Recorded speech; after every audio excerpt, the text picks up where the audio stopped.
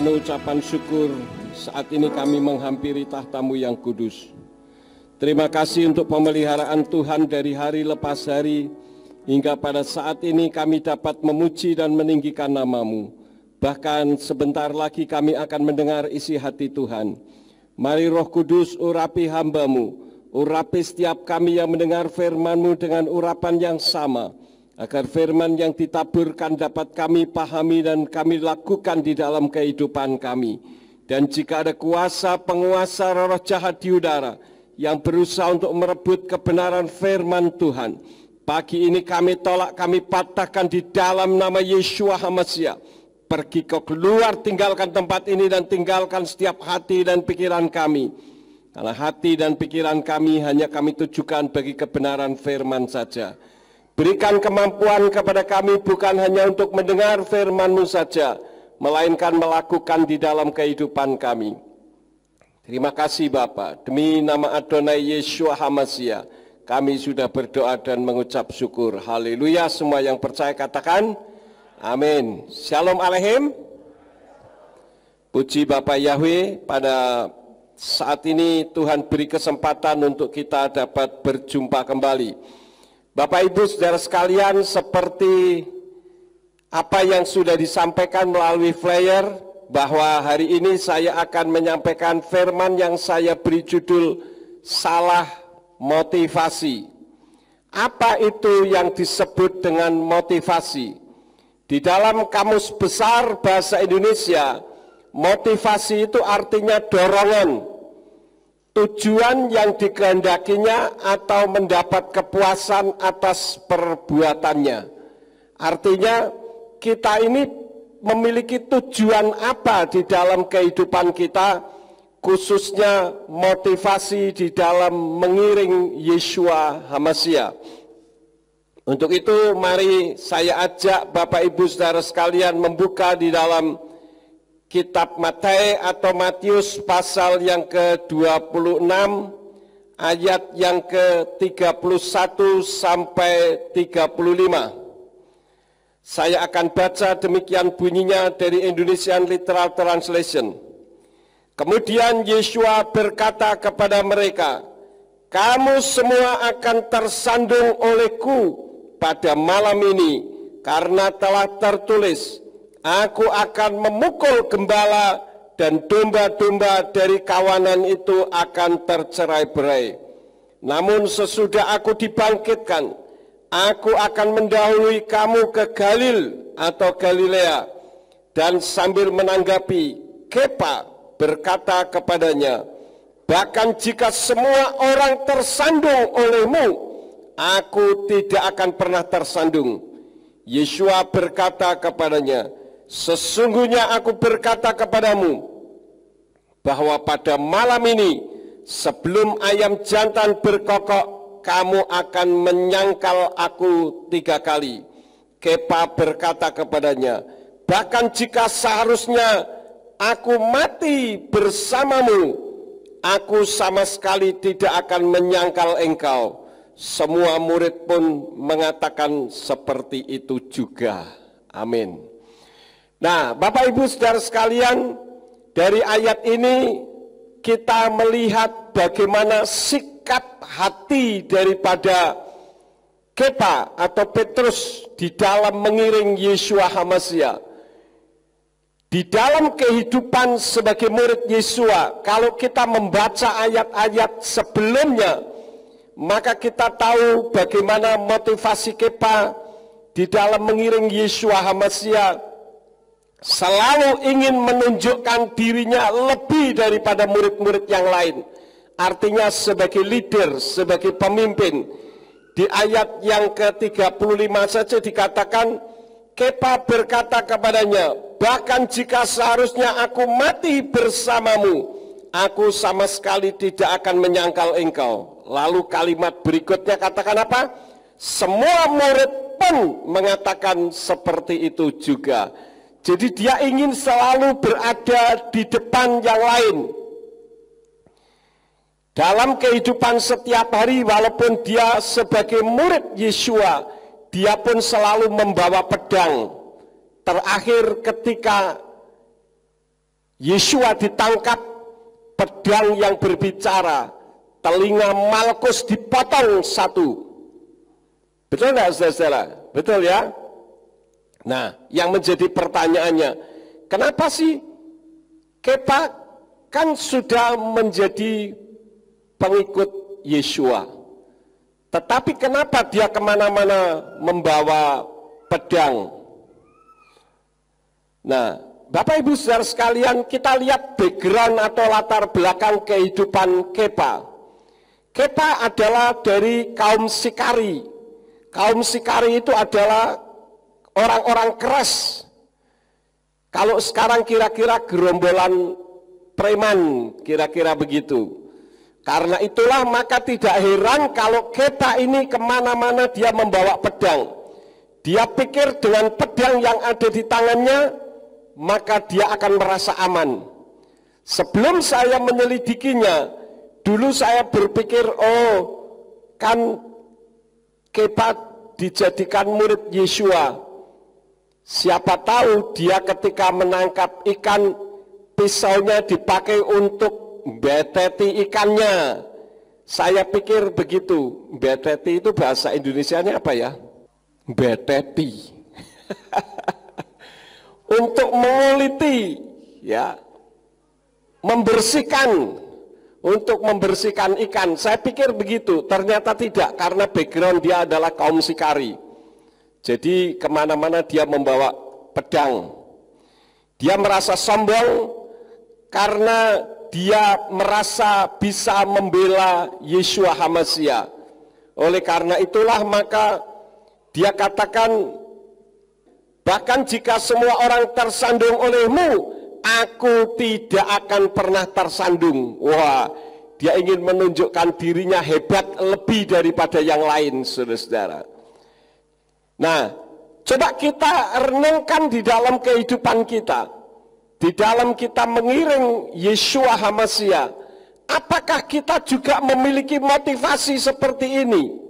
Satu dorongan, tujuan yang dikehendakinya untuk mendapatkan kepuasan atas perbuatannya.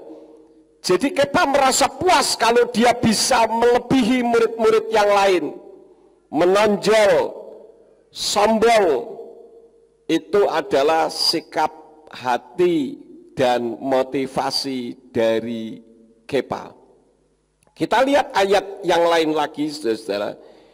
Di dalam kitab Yohanan atau Yohanes pasal yang ke-6 ayat yang ke-26. Yeshua menjawab dan berkata pada mereka, sesungguh-sungguhnya aku berkata kepadamu, kamu mencari aku bukan karena kamu telah melihat tanda-tanda, melainkan karena kamu telah makan dari roti itu dan kamu telah dikenyangkan. Ini Yeshua berkata kepada orang banyak, saudara-saudara. Jadi orang-orang yang banyak mengikut Yeshua itu mengikut karena roti dan karena telah dikenyangkan. Nah, di dalam kitab berbahasa Ibrani dari Brit Kadasa ini bagus sekali, karena di sana dikatakan, kalau di ayat ini dikatakan, sesungguh-sungguhnya aku berkata kepadamu, kamu mencari aku bukan karena kamu telah melihat tanda-tanda. Telah melihat tanda-tanda. Tanda-tanda yang bagaimana? Di dalam kitab Brit Kadasa berbunyi, wayaan otam Yeshua lemor. Amen, amen, ani omer lakem henlo. Bikastem oti yaan asyer reitem et ototai ki im yaan mikikrot halchem akaltem usfatem. Dari ayat ini menggunakan kata et ototai yang artinya adalah tanda tentang saya. Jadi yang dimaksud tanda-tanda ini adalah tanda-tanda khusus. Maksudnya apa? Saya itu siapa? Ini yang menjadi spesifikasi atau sesuatu yang khusus dari kata-kata tanda-tanda. melainkan sangat disayangkan yang diutamakan adalah karena makan roti dan telah dikenyangkan. Jadi Bapak Ibu Saudara sekalian, kalau kata et ototai yang artinya tanda tentang saya, maksudnya saya itu siapa? Dari kalimat yang ada, Yeshua itu bukan cuma pembuat mukjizat dan pemberi berkat saja. Artinya bisa lebih dari sekedar membuat mukjizat dan memberkati. Nah, manusia tidak bisa mengerti karena tertutup dengan salah motivasi, saudara-saudara. Jadi banyak orang datang kepada Yeshua karena motivasinya salah. Kebanyakan datang kepada Tuhan hanya untuk meminta-minta. Ya tidak salah, sekali lagi saya katakan, saudara datang kepada Tuhan meminta sesuatu dari Tuhan, tidak salah. Salah atau tidak? Tidak salah. Tetapi kalau itu yang menjadi tujuanmu, maka kita sudah berada dalam posisi salah motivasi. Bahkan kita melihat ada satu kelompok orang-orang yang mengagung-agungkan Miriam atau Maria, yang ternyata kalau kita membaca di dalam kitab suci hanya dipakai rahimnya untuk Yeshua berada di antara manusia. Artinya Miriam atau Maria ini bukan Elohim, bukan Tuhan, namun dipuja-puji karena dianggap bisa meminta kepada Yeshua untuk melakukan mukjizat. Kasusnya dalam kasus apa, saudara-saudara? Perjamuan kawin di Kana. Ya, jadi saya memuja-muji Miriam atau Maria dengan tujuan supaya Miriam atau Maria itu melihat kebutuhanku, kemudian Miriam atau Maria ini ngomong sama Yeshua supaya kebutuhan saya dipenuhi.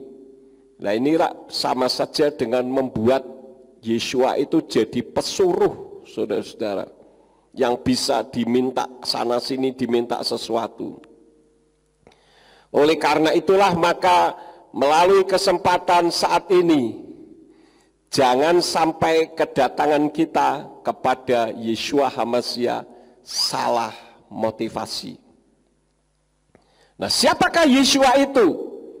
Saya sudah banyak sekali mengajar, saya hanya memberikan kesimpulan saja. Yeshua adalah Elohim, yaitu Yahweh itu sendiri, Tuhan yang disembah oleh Bapa Abraham, Yitzhak, dan Yakub, Tuhannya para nabi, yang mencipta langit dan bumi. Dia yang turun ke bumi dalam wujud seperti manusia. Itulah Yeshua HaMashiach. Kalau ada orang yang bertanya tentang, lu kalau Yahweh turun ke bumi surga kosong, itu ada pelajaran tersendiri. Tidak mungkin saya sampaikan pada saat ini karena akan terlalu panjang. Pada intinya, kalau saudara yang ingin tahu, ketik di dalam YouTube saya dengan tulisan Peran Tiga Berganda, ada 3 seri. Itu pun bisa dijabarkan lain lagi secara teologis.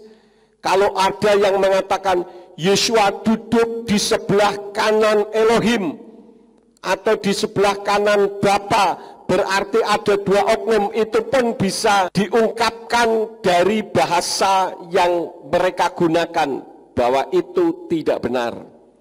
Nanti sekali waktu saya akan bahas tentang ini. Saya tidak mungkin sampaikan hari ini. Itulah Yeshua. Intinya dia adalah Elohim, yaitu Tuhan. Yahweh sendiri yang turun ke bumi dalam wujud seperti manusia. Termasuk pertanyaan-pertanyaan yang seringkali dikatakan ketika Yeshua dibaptis, ada suara dari sorga, dari Samayim. inilah putraku yang kukasihi, kepadanya lah aku berkenan. Suara siapa itu? Suara Tuhan. Lah Yeshua siapa? Tuhan. Lah kok Tuhan ngomong sama Tuhan? Itu gampang, saudara-saudara. Di peran tiga berganda sudah ada, walaupun hanya sepintas, tetapi setidak-tidaknya sedikit banyak memberikan penjelasan. Kemudian yang kedua, siapakah Yeshua? Yeshua itu adalah sumber dari segala-galanya. Kalau kita membaca di dalam kitab Injil Yohanes pasal yang ke-1 ayat yang ke-3, di situ dikatakan segala sesuatu terjadi oleh Dia, dan tanpa Dia tidak ada satupun yang telah terjadi. Itulah Yeshua. Karena Yeshua dalam kapasitas seperti manusia, Dia disebut putra, tetapi Dia juga adalah pencipta segala-galanya. Kemudian yang ketiga, Yeshua adalah penyelamat manusia. Jadi bukan manusia, hanya wujudnya saja seperti manusia. Kalau Dia manusia, berarti Dia dilahirkan karena ada percampuran spermatozoid dan ovum. Karena semua manusia yang dilahirkan di atas muka bumi ini hasil percampuran sperma laki-laki dengan sel telur perempuan.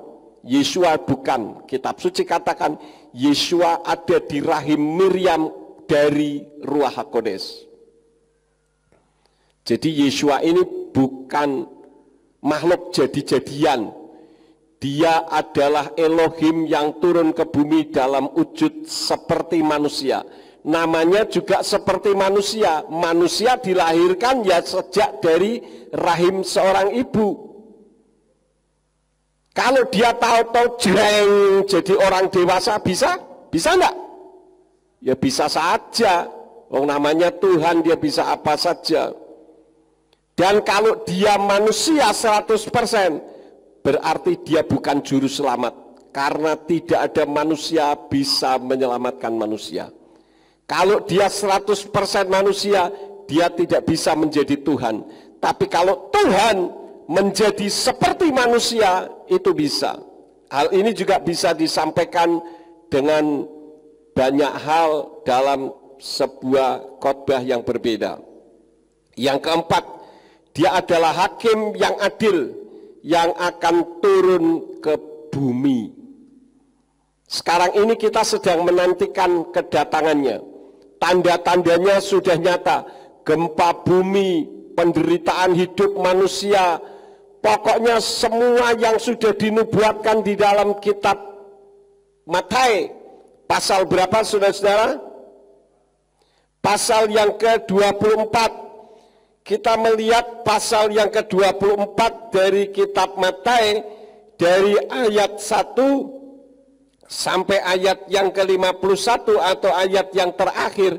Di situ hampir semuanya mengungkapkan tentang tanda-tanda kedatangan Tuhan.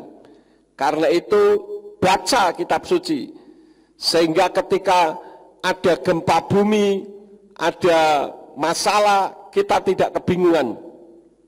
Tapi kita tahu ada apa ini. Setelah kita menyadari sedikit tentang siapakah Yeshua, kembali ke pertanyaan awal, apa motivasi saudara mengiring kepada Tuhan? Karena kita melihat satu realitas yang dicari manusia pada umumnya adalah roti yang mengenyangkan. Ini berbicara tentang kebutuhan jasmani. Sekarang kalau kita datang ingin mendapatkan mukjizat, kita datang ingin mendapatkan berkat, pertanyaan saya, salah atau tidak? Halo?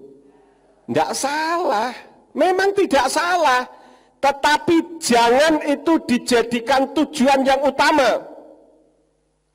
Bukan berarti kita tidak boleh mendapatkan berkat dan mukjizat. Saya ajak saudara untuk membuka di dalam kitab Matius pasal yang ke-6. Matius pasal yang ke-6 ayat yang ke-33. Di sana dikatakan apa? Namun carilah terlebih dahulu kerajaan Elohim dan kebenarannya, dan semua ini akan ditambahkan kepadamu. Itu tertulis lagi di dalam Lukas 12 ayat yang ke-31. Jadi kedatangan kita yang benar kepada Tuhan sebetulnya adalah mencari kerajaan Elohim dan kebenarannya. Itulah sebabnya kalau orang tanya kepada saya, Pak Yakub itu Kristen, Katolik, Mesianik, atau apa? Terserah Anda mau memberitakan tentang saya apa saja, no problem. Yang saya cari adalah kebenaran, bukan agama. Semua agama tentu mengajarkan kebenaran sesuai dengan agamanya masing-masing dan merasa diri paling benar. Itu memang realitas yang terjadi. Karena itu saya, kalau dikatakan agamanya apa, saya tidak beragama. Saya mencari kebenaran. Karena agama tidak menyelamatkan, termasuk gereja ini pun tidak menyelamatkan. Yang menyelamatkan adalah Bapa Yahweh pencipta alam semesta. Dia yang turun ke bumi dalam wujud seperti manusia, dan dia yang berdiam di dalam kita, yang memberikan bimbingan, nasihat untuk kita mengenal Tuhan dengan benar. Itu yang menyelamatkan kita. Dan kalau kita mencari dahulu kerajaan Elohim dan kebenarannya, dikatakan ayat yang ke-33 tadi, namun carilah terlebih dahulu kerajaan Elohim dan kebenarannya, maka semua ini akan ditambahkan kepadamu. Semua ini apa? Ya semua yang saudara rindukan terjadi. Mukjizat, berkat, gak masalah. Saudara-saudaraku yang kekasih, kalau kita berada dalam sikap hati dan motivasi yang benar, kalau saya boleh umpamakan, saya di rumah punya binatang peliharaan, yaitu ikan. Saya memelihara ikan. Yang mencarikan makan siapa? Apakah ikan itu cari makan? Betul, dia cari makan, tetapi sangat terbatas karena ada di akuarium. Lalu yang memberi makan siapa? Saya atau bukan? Saya yang memberi makan.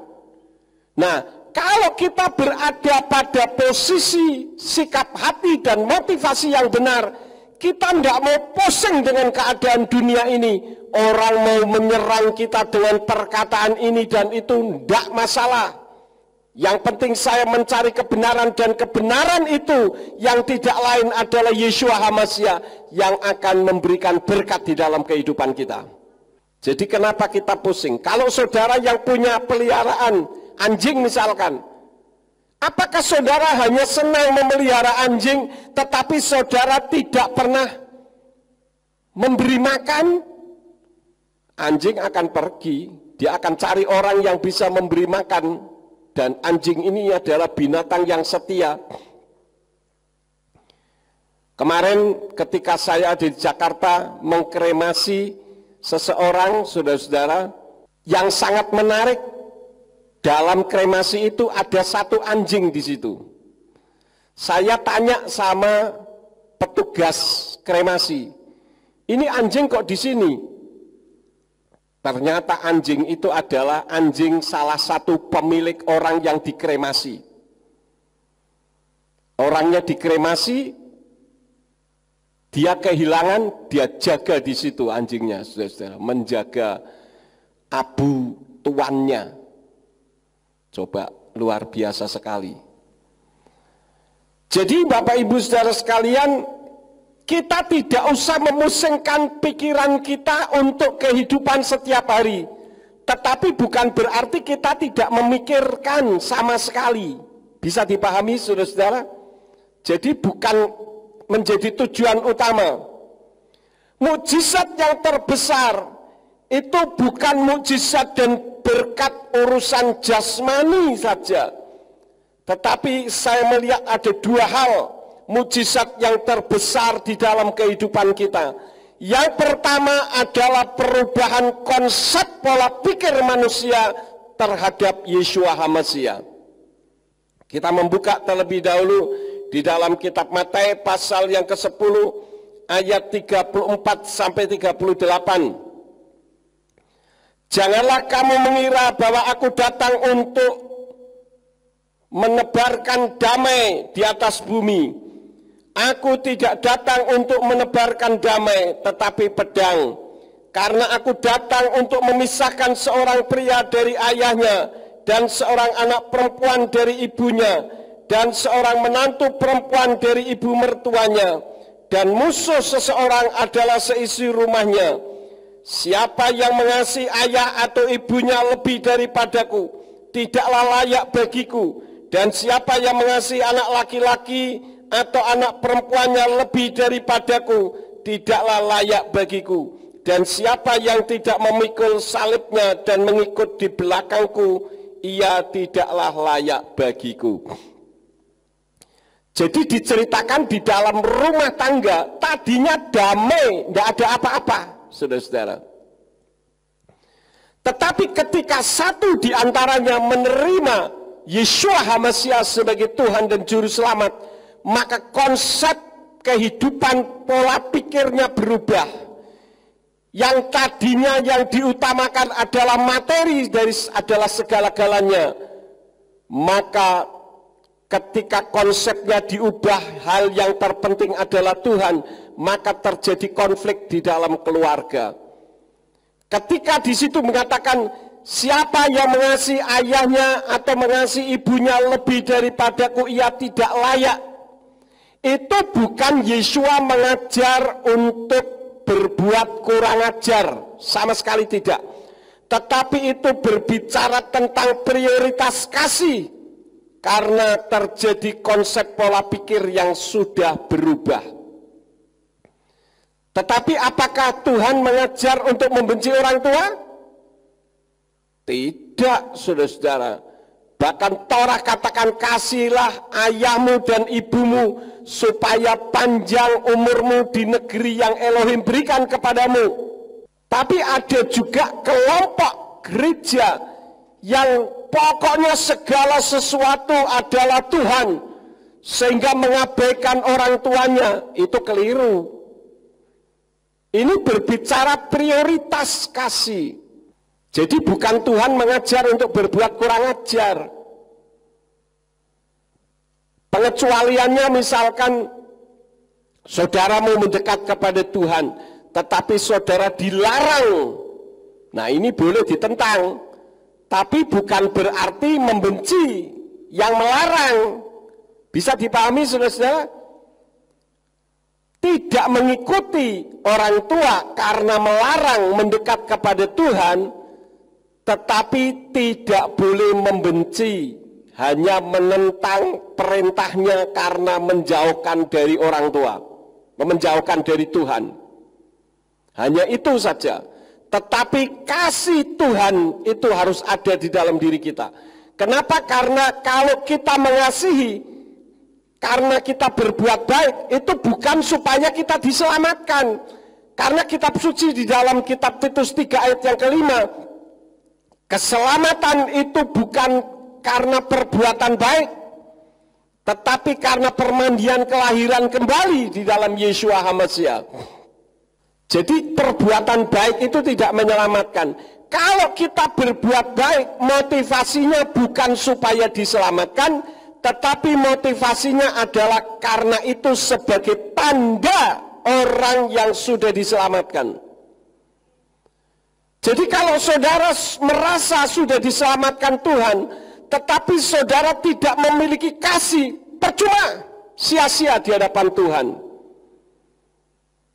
Jadi kasih itu harus ada di dalam diri kita. Kitab suci bahkan katakan kalau kita membenci seseorang, itu sama saja dengan kita memposisikan diri berada di tempat yang gelap. Tempat di mana setan-setan bersemayam di sana. Itu hal yang pertama. Jadi mukjizat yang terbesar itu bukan mukjizat secara jasmani, berkat secara jasmani, tetapi perubahan konsep pola pikir. Contohnya saya, Dulu saya mana mau pergi ke gereja. Sejak kecil saya sudah diajar ilmu bela diri. Saya pikir untuk apa saya pergi ke gereja? Orang bilang kalau engkau ditampar pipi kiri, berikan pipi kanan. Sementara saya diajar ilmu bela diri, kalau kamu ditampar pipi kiri, tangkis dan lawan. Kira-kira begitu, kan bertolak belakang, saudara-saudara. Tetapi ternyata pemikiran itu semua adalah pemikiran yang keliru. Saudara bisa nonton, kemarin saya upload video Pak Sam Kandau. Dulu backgroundnya suka bermain silat. Akhirnya ketika kerasukan setan, dia ilmu silatnya muncul semuanya. Karena itu saya tidak ajari Simeon belajar silat. Karena ini sangat membahayakan, mengubah konsep menjadi orang yang keras, saudara-saudara. Oleh karena itulah maka perubahan konsep pola pikir yang mengasihi Tuhan segala-galanya itu adalah mujizat yang terbesar yang pertama. Mujizat yang kedua adalah mengenal bahwa Yeshua itu Yahweh dalam wujud seperti manusia. Setelah kita bisa mengenal bahwa Yeshua itu adalah Yahweh dan kita menerima Yahweh sebagai Tuhan yang disembah oleh Bapa Abraham, Ishak dan Yakub, maka mujizat-mujizat secara jasmani, berkat-berkat secara jasmani itu merupakan berkat dan mujizat yang kecil saja. Karena mujizat dan berkat yang terbesar sudah kita raih.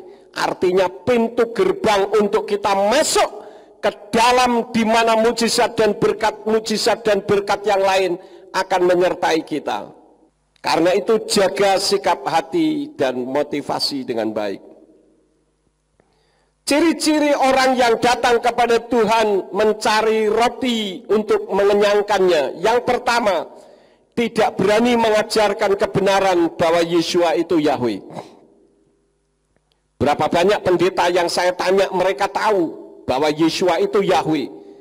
Tetapi ketika saya tanya, Bapak sudah ajarkan belum? Wah, kalau itu untuk pribadi saya saja, Pak. Ini pendeta kurang ajar, saudara-saudara. Ini pendeta yang mencelakakan umat Tuhan yang dipercayakan kepadanya. Kenapa? Takut jemaatnya pecah, maka nanti piringnya juga ikut pecah. Ya memang benar juga sih. Buktinya ketika saya menyampaikan tahun 2001 dulu, piring saya juga pecah. Tapi Tuhan yang menambah dengan piring yang lebih gede. Karena itu, bagi saudara yang nonton YouTube ini, kalau saudara sudah mengenal kebenaran bahwa Yeshua itu adalah Yahweh, beritakan, jangan takut karena Tuhan akan menyertaimu sampai akhir zaman. Sekarang mah sudah agak ringan dibandingkan tahun 2001 di mana saya toleh kanan, toleh kiri, tidak ada siapa-siapa.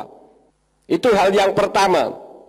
Ciri-ciri orang yang mencari roti tidak berani mengajarkan kebenaran. Yang kedua, konsep hidup matiku di sini itu lebih diutamakan daripada mencari keselamatan. Padahal saya sudah katakan gedung gereja, agama, termasuk agama Kristen dan gereja pemulihan firman surya kebenaran tidak menyelamatkan. Yang menyelamatkan adalah Tuhan yang mencipta langit dan bumi. Siapa namanya? Dan dia yang turun ke bumi dalam wujud seperti manusia. Siapa namanya? Dan dia yang berdiam di dalam diri kita. Disebut apa? Ruach HaKodes atau Roh Kudus. Dan dia adalah Immanuel, Imuna Anaknu Elohim, Elohim yang berada di dalam kita. Orang Jawa katakan manunggaling Gusti. Menjadi satu karena Tuhan yang akan memberikan nasihat kepada kita. Oleh karena itu saya sempat berbicara kepada seseorang, kalau ditanya, "Loh, kamu itu janjane Kristen apa Katolik apa-apa?" Saya katakan, jawab saja, saya bukan Kristen, saya bukan Katolik, tetapi saya orang yang mencari kebenaran. Paham saudara-saudara? Gereja ini bukan apa-apa. kita sampai mengalami penderitaan karena mencari kebenaran. Saya punya keluarga, saya tahu kebenaran. Kalau saya tidak berani mengajarkan kebenaran, keluarga saya akan binasa. Saya adalah kepala rumah tangga yang jahat. Karena itu lebih baik saya dijahati manusia daripada saya menjadi orang jahat, membiarkan keluarga saya binasa. Itu hal yang kedua.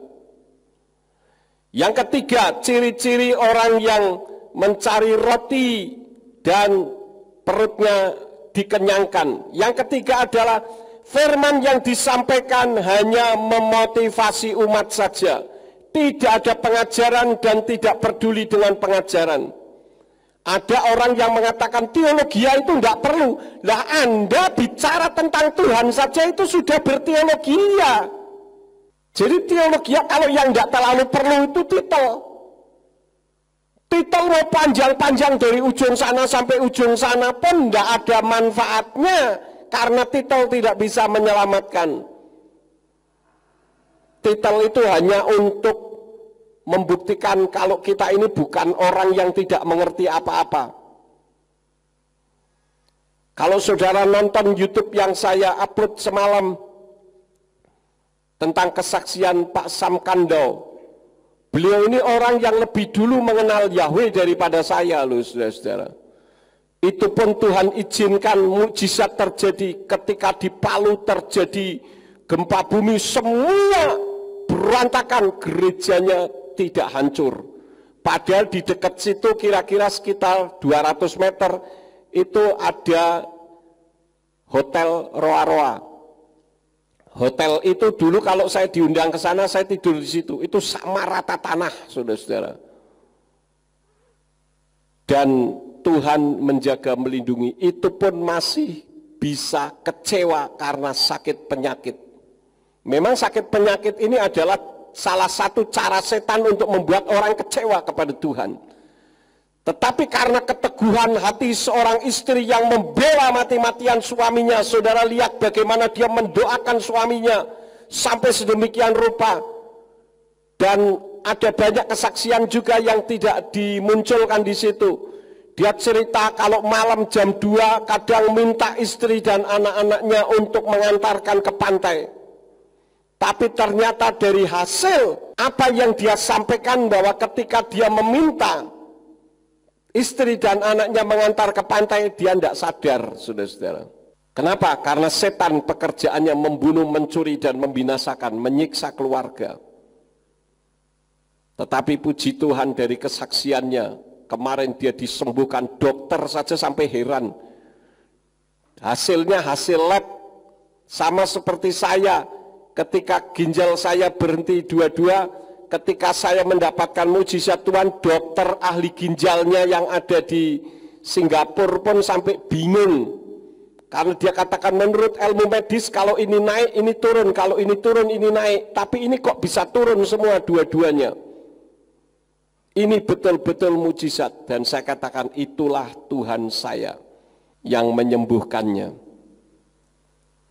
Jadi Bapak Ibu Saudara sekalian, kita harus dekat kepada Tuhan karena pada akhir zaman setan melipat gandakan kekuatan karena setan tahu bahwa waktunya sudah dekat.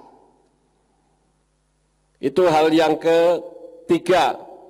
Jadi firman yang disampaikan hanya memotivasi umat saja, tidak berani memberikan pengajaran, atau mungkin juga tidak bisa mengajar karena tidak mau belajar. Yang keempat,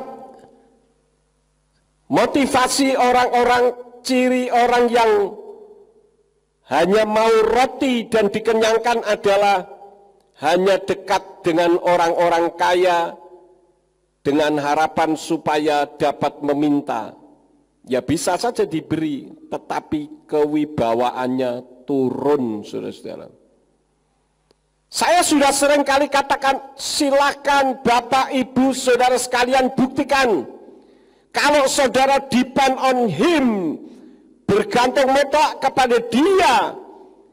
Saudara sering kali nyanyikan di dalam lagu Radio Surya Kebenaran yang berjudul Gandol Gusti. Pokoknya aku gandoli saja. Tuhan tidak akan pernah membiarkan saudara kelaparan. Tidak akan. Karena Tuhan kita itu Tuhan yang luar biasa. Saya katakan bukti tidak usah jauh-jauh, bukti saya sendiri. Ketika tahun 2001 saya hanya pegang uang 1 lembar saja, saudara-saudara. Itu pun bukan uang lembaran terbesar. Setelah itu saya tidak tahu, ketika Simeon pamit mau berangkat sekolah, nangis saya, saudara-saudara. Hati saya hancur, karena saya berpikir, kemana lagi, apa yang harus saya lakukan. Tetapi saya gandol Gusti. Saya hanya berharap kepada Dia. Saya kan tidak pernah minta-minta toh. Pernahkah saudara minta, tolong dong kasih saya uangnya? No. Kalau saya minta, wibawa saya akan turun, dan saya sama saja dengan sedang mempermalukan Tuhan saya. Tuhan saya adalah seperti saya yang memelihara ikan, saya yang punya kewajiban memberi makan. Nah, cuman kalau ikannya meloncat keluar, ngumpet ya repot. Saudara punya kambing, kambingnya tidak mau diatur, maunya keliaran kemana-mana, ya repot. Karena itu kuncinya apa? Hormat, tunduk, taat. Tuhan pasti memberkati saudara. Kemudian ciri-ciri yang kelima, bagi orang yang mencari roti, motivasinya mencari roti dan ingin dikenyangkan, kita membuka saja ayatnya di dalam kitab Injil Lukas pasal yang ke-17. Ini cukup menarik sekali saudara-saudara kisah ini. 17 ayat yang ke-12 sampai ayat yang ke-18. Saya akan baca, perhatikan kitab suci saudara. Dan ketika dia memasuki sebuah desa, ada 10 orang kusta menemui dia. Mereka berdiri dari jauh dan mereka mengangkat suaranya sambil berkata, Yeshua, Tuhan, berilah kami kemurahan. Dan sambil memandang dia berkata kepada mereka, seraya pergi perlihatkanlah dirimu kepada para imam. Dan terjadilah sementara mereka berangkat, mereka ditahirkan. Dan seorang dari antara mereka ketika melihat bahwa dia telah disembuhkan, dia kembali sambil memuliakan Elohim dengan suara nyaring dan bersujud di depan kakinya sambil mengucap syukur kepadanya. Dia adalah seorang Samron atau Samaria, dan sambil menanggapi Yeshua berkata, bukankah 10 orang yang telah ditahirkan, tetapi di manakah yang 9? Tidak adakah didapati yang kembali untuk memberikan kemuliaan kepada Elohim kecuali orang asing ini? Yang kembali setelah 10 orang kusta ini pergi memperlihatkan dirinya kepada imam, sementara di dalam perjalanan tubuhnya menjadi bersih. Semuanya orang Yahudi, tidak ada satupun yang kembali. Justru orang asing, orang Samron ini, orang Samron itu, orang Samaria adalah orang Yahudi keturunan. Dia melihat tubuhnya bersih, dia tidak melanjutkan perjalanan. Ini belum sampai kepada imam loh, masih di dalam perjalanan. Langsung dia berbalik arah, kemudian dia bersujud kepada Tuhan. Ini adalah orang yang motivasinya benar. Nah, orang yang motivasinya tidak benar hanya untuk mencari kesembuhan saja, setelah sembuh ya sudah, puas dengan kesembuhannya dan lupa dengan yang menyembuhkannya. Kenapa? Karena saya sudah sembuh. Ngapain saya datang kepada Tuhan? Saya bukan pengikut Yeshua. Ini adalah orang yang datang karena untuk mencari kesembuhan, bukan datang karena untuk mencari kebenaran. Bisa dibedakan saudara-saudara? Yang keenam, orang yang hanya untuk mencari roti supaya dikenyangkan, tidak sanggup menderita bersama dengan teman-temannya. Kepa itu disuruh berjaga-jaga 1 jam saja tidak sanggup. Coba kita membuka di dalam kitab Matius pasal yang ke-26 ayat yang ke-38. Lalu dia berkata kepada mereka, jiwaku sangat berduka sampai pada kematian. Tinggallah di sini dan berjaga-jagalah bersamaku. Ini adalah ketika Yesua harus masuk ke Taman Getsemani dan dia tidak lama lagi akan dianiaya. Dia ngomong kepada murid-muridnya, jiwaku sangat berduka sampai pada kematian. Tinggallah di sini dan berjaga-jaga bersama dengan aku. Mereka tidak sanggup. Ayat 40 dikatakan apa? Dan dia datang kepada para murid itu dan mendapati mereka sedang apa, saudara-saudara? Sedang apa? Tidur. Dan berkatalah dia kepada Kepa, jadi kamu tidak sanggup berjaga-jaga 1 jam bersamaku? Ayat 41, berjaga-jagalah dan berdoalah supaya kamu tidak masuk ke dalam pencobaan. Roh memang berkemauan kuat, tetapi daging lemah. Ini yang seringkali dijadikan alasan, tubuh saya lemah Pak, tidak sanggup saya berjaga-jaga. Kemudian ayat 43, dan ketika datang lagi dia mendapati mereka sedang tidur, sebab mata mereka dijadikan berat. Jadi orang yang datang kepada Tuhan hanya untuk mencari roti yang bisa mengenyangkan, ketika saudara-saudaranya yang lain menghadapi masalah, tidak mau pusing, itu urusanmu, bukan urusanku. Artinya tidak ada kasih di dalam dirinya. Padahal Bapak Ibu Saudara sekalian, untuk menjadi sehat itu gampang. Jangan seperti Kepa, disuruh berjaga-jaga 1 jam saja tidak sanggup. Tidak bersedia, susah bersama, maunya ada di zona nyaman. Maka ketika ada budak perempuan kecil mengatakan, engkau kan yang bersama-sama dengan dia itu. Oh tidak, aku tidak kenal dia, siapa dia, aku nggak ngerti. Kalau difragmenkan kira-kira seperti itu. Menyangkali, saudara-saudara.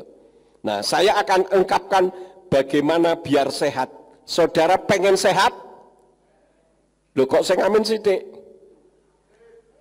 Saudara pengen sehat? Saya yakin semua ingin sehat, saya juga pengen sehat. Saya tidak mau stroke. Saya sudah berdoa kepada Tuhan, saya ada tekanan darah tinggi. Tuhan, saya tidak mau stroke. Kalau saya stroke lebih baik saya mati saja, saya ketemu Tuhan. Kalau saya stroke menyusahkan jemaat, menyusahkan keluarga. Mari kita membuka kitab Amsal pasal 14. Nanti saudara akan tahu resepnya sehat. Amsal pasal yang ke-14. Ada 2 resepnya, saudara-saudara. Amsal 14 ayat yang ke-30. Hati yang sehat adalah kehidupan bagi tubuh, tetapi iri hati adalah pembusukan bagi tulang-tulang.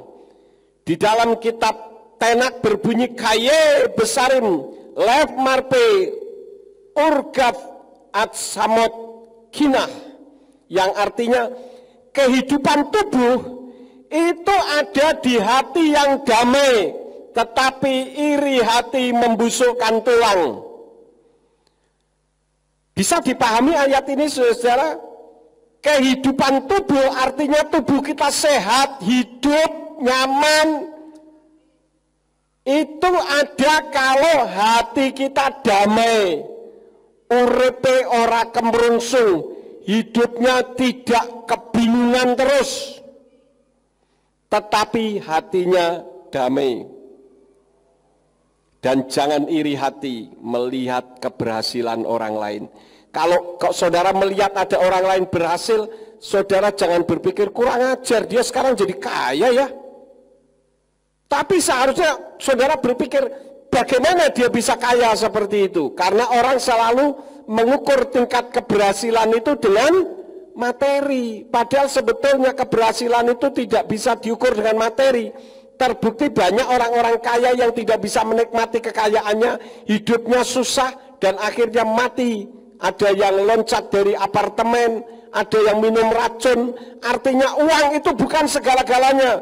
Walaupun kita tidak boleh mengabaikan uang, tetapi jadikanlah Tuhan sebagai hal yang paling utama, maka semua yang menjadi kebutuhanmu akan dicukupkan.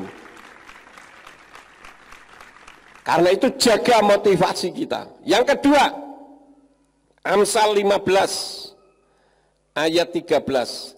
Hati yang gembira membuat wajah berseri, tetapi dalam luka hati ada semangat yang patah. Lev sameat yeti panim ufat saf lev ruah nekea. Hati yang gembira membuat wajah berseri, tetapi dalam luka hati ada semangat yang patah. Jangan sampai hati saudara luka. Orang yang luka hati itu orang yang memiliki kebencian terhadap orang lain. Hati saudara terluka, tersayat-sayat. Apakah saya pernah membenci orang? Pernah. Tetapi setelah itu selesai, saya tidak pikirkan lagi. Itulah keuntungan orang yang bersifat kolerik. Kalau terjadi masalah, bres, begitu sudah selesai, bar. Tapi orang yang berjiwa melankolik dipikir terus. Kok orang barbar gitu takku iki? Bencinya sama dia nggak ketulung-tulung. Itu mengeringkan tulang. Artinya apa? Sumsumnya kering. Dan kalau orang sumsumnya kering, ini berbahaya dalam kehidupannya. Jadi semuanya itu berpusatnya di mana, saudara-saudara? Di hati. Itulah sebabnya firman Tuhan mengajarkan kepada kita di dalam kitab Amsal pasal yang keempat ayat yang ke-23, katakan apa? Peliharalah hatimu dengan segala kewaspadaan, karena dari situlah pancaran-pancaran kehidupan. Jadi jaga hati saudara. Yang penting saya tidak sampai membenci orang. Yang penting hati saya sumeleh, gandol gusti, pasrah bongkoan. Tuhan yang akan memelihara kita. Jadikanlah diri kita seperti ikan cupang peliharaannya Pak Yakub. Tidak pernah kelaparan. Kemarin saya ke Jakarta saja, saya suruh yang tinggal di rumah, entah Bu Yakub, entah Simeon, kasih makan. Loh, sing poseng kan saya, bukan ikannya. Ikannya mah ya poseng. Siapapun yang kasih makan, pokoknya ada makanan ya dimakan. Itulah Tuhan kita, saudara-saudara. Rusaknya hati itu terjadi kalau kita ada kebencian, iri atau cemburu melihat orang lain berhasil. Dan hati yang seperti ini sangat mudah diserang oleh setan. Kemarin kesaksian dari Pak Sam, saudara bisa lihat. Kalau yang belum lihat, tonton YouTube-nya. Saya mau tanya siapa yang sudah nonton, angkat tangan.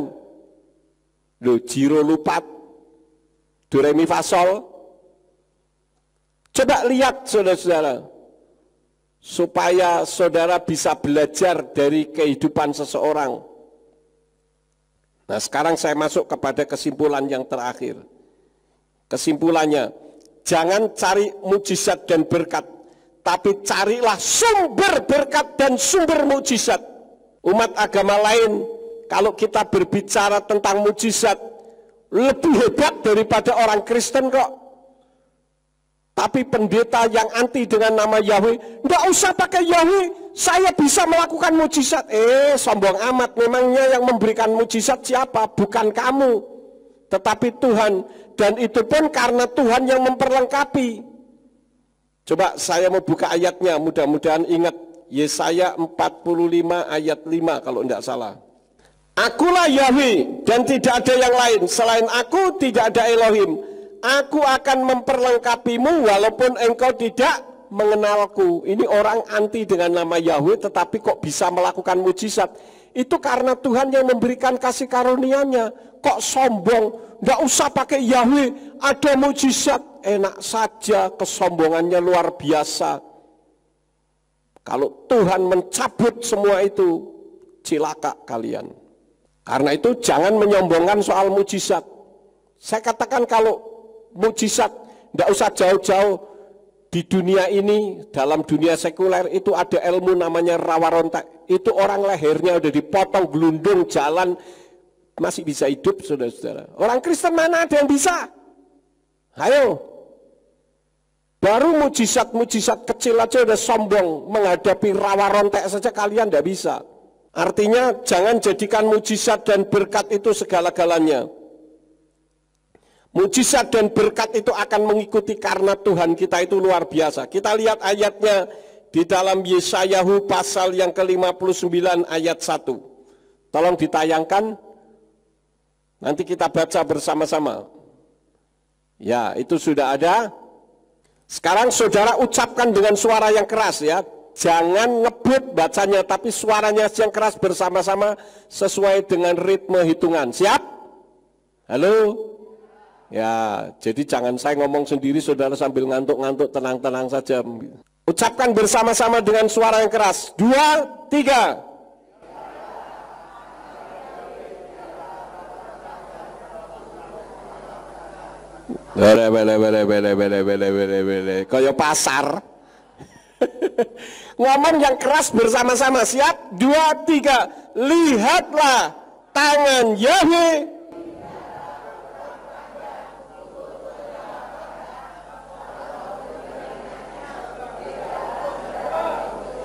Tidak berat untuk mendengar. Artinya kalau saudara berdoa, Yahweh mendengar atau tidak? Dia bukan hanya sekedar mendengar, tetapi dia mendengarkan doa saudara. Yang jadi masalahnya adalah karena kita tidak punya iman. Tuhan dengar enggak ya doa saya? Lah iki imannya di mana? Itu yang pertama ya, kesimpulannya. Jangan cari mujizat dan berkat, tapi carilah sumber berkat dan sumber mujizatnya. Yang kedua, jika saudara cari berkat atau cari mujizat, seringkali terjadi berakhir dengan kekecewaan. Pak Sam itu contohnya, Pak Sam Kandau, saya kenal baik, beliau orangnya luar biasa. Saya salut bagaimana perjuangannya. Ketika kehidupan lamanya dia sempat bersaksi kepada saya menjadi orang yang mengenal Tuhan. Tetapi kalau kita mengejar berkat dan mujizat, maka kita akan berakhir dengan kekecewaan. Kenapa? Karena orang yang tidak mengenal kebenaran saja, jika bekerja rajin dan tekun bisa diberkati dengan cara materi. Pernah saudara mendengar ada orang pemungut botol naik haji? Saya pernah nonton YouTube-nya. Ada orang yang pekerjaannya memungut botol kosong. Cita-citanya besar ingin naik haji. Dia berjuang siang malam hanya untuk bisa mendapatkan uang. Zaman dulu naik haji gampang. Dia berhasil membayar dan akhirnya dia naik haji. Effendi Usman itu dulu cita-citanya apa? Tukang sapu naik haji. Ternyata bukan naik haji, dia pergi belajar ke sorga. Dan sekarang menjadi penginjil yang dipakai Tuhan luar biasa. Kemudian yang terakhir, kesimpulannya, jaga sikap hati dan motivasi dengan kewaspadaan dari sampah-sampah rohani. Sampah-sampah rohani itu apa? Kalau saudara diajak ngomong suruh membenci orang lain, ini sampah, ini racun rohani, saudara-saudara. Jangan dengarkan. Paham, saudara-saudara? Ya, ini saja yang saya sampaikan kepada saudara. Kiranya firman ini memberkati di dalam kehidupan saudara. Bersyukurlah kalau pagi ini ada yang ditegur oleh Tuhan melalui firman pagi ini. Karena Tuhan sayang kepadamu. Supaya motivasimu benar dan engkau akan menerima mujizat dan berkat. Amin. Bapa Surgawi, kami berdoa untuk anak-anakmu, hamba-hambamu yang dalam saat ini berulang tahun di bulan November. Kami menyerahkan ke dalam tanganmu, engkau memberkati anak ini dalam nama Yeshua HaMasiah. Sehingga Mose bisa kelak dipakai Tuhan dengan luar biasa. Beri kesehatan yang baik, jauhkan dari sakit penyakit. Kami berdoa untuk Ibu Riyadi, engkau pakai dia Tuhan dengan luar biasa. Jadikanlah sebagai seorang istri yang takut akan Tuhan dan mengasihi Engkau luar biasa. Semua cita-cita, kerinduan isi hatinya Engkau memberkati. Terima kasih Bapa. Kami menyerahkan hamba-hambamu ini ke dalam tangan-Mu. Dan kalau sebentar kami akan meninggalkan tempat ini, kiranya Engkau memberkati, menyertai kami. Kirim malaikat Tuhan untuk menjaga, melindungi kami. Jauhkan dari mara bahaya, malapetaka maupun kuasa kegelapan orang jahat di jalan, supaya kami sampai di rumah dengan selamat. Semua yang sudah ambil bagian di dalam pelayanan pada hari ini Engkau pakai dengan luar biasa. Terima kasih Bapa. Sekarang berkatilah kami karena kami siap menerima berkat daripada-Mu. Mari kita angkat kedua belah tangan kita untuk menerima berkat Yahweh. Yefarka Yahweh weyus mereka. Yahweh memberkati engkau dan memelihara engkau. Yaer Yahweh pano oleh kawi kuneka. Yahweh menyinari engkau dengan wajahnya dan memberi engkau anugerah.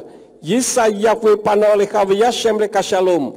Yahweh menghadapkan wajahnya kepadamu dan memberi engkau damai sejahtera. Diberkatilah engkau di kota dan diberkatilah engkau di ladang. Diberkatilah buah kandunganmu, hasil bumimu dan hasil ternakmu, yakni anak lembu sapimu dan kandungan kambing dombamu. Diberkatilah bakulmu dan tempat adonanmu. Diberkatilah engkau pada waktu masuk dan diberkatilah engkau pada waktu keluar. Sekarang pulanglah dan terimalah berkat. Kasih Bapa Yahweh Sang Pencipta, kasih karunia Adonai Yeshua HaMasiah Sang Pembeli jiwa, dan Ruach HaKodes menyertai saudara sekalian sampai Maranatha. Adonai Yeshua HaMasiah datang kembali untuk yang kedua kali dan mengangkat kita semua. Haleluya. Abitoda.